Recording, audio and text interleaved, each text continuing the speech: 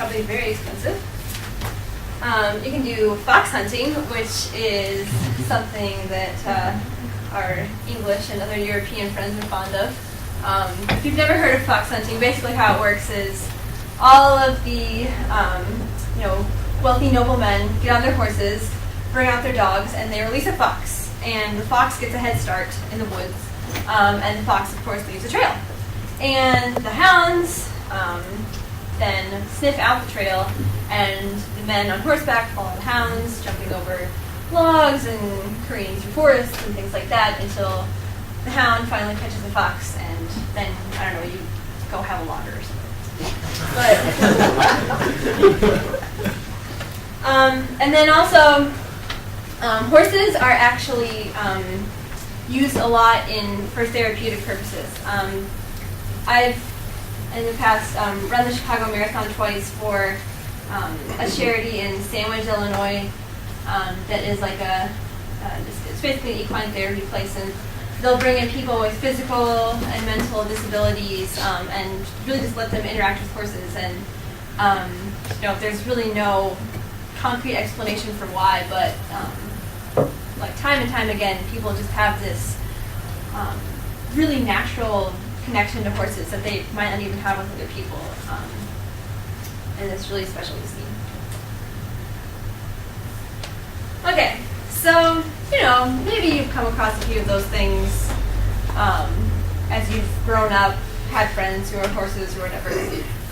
But daily life, does it really matter? And of course it does. Otherwise, I wouldn't be telling you about this. And of course, I'm biased, but I think they do. Especially when you think about like how horses have supported the development of, like I was talking about earlier, human history and industrialization and things like that. So first of all, if you can see that, it's a little cave drawing of the Hittites, who were the people who invented the two-man horse chariot, used it to conquer Egypt and Mesopotamia back in like 1800 BC, I think. Then you can move on to Greeks and the Trojan horse. I think everyone's heard that story of how the Greeks captured Troy. Or I think it was in the Hey Arnold episode Once Upon a Time, if you ever watched that. I think that might have been where I learned about it, which is slightly sad. Okay, so then skipping over a lot of like the early AD years where you had medieval societies and knights and things like that. Once that all kind of died down, horses were a big component of the Industrial Revolution, where you have like a horse-drawn plow, you have horses carting goods around the cities and carriages, you have horses acting as stagecoaches, and really they have like horses driving grinding mills for flour and things like that. So they really touched kind of every part of the economy before, of course, we transitioned to kind of oil and gas powered world. This is a picture of Robert E. Lee sitting atop his horse Traveler. Even as late as the Civil War, which is 1860s, horses were still a big part of warfare, and that really wasn't too long ago, 150 years. Lots have changed since then. Horses in media, like, maybe a beverage you might enjoy.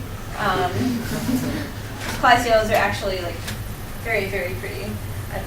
They're so uniform too. It's really impressive how well trained they are. That might be a fun job to have, actually. Engineering doesn't work out.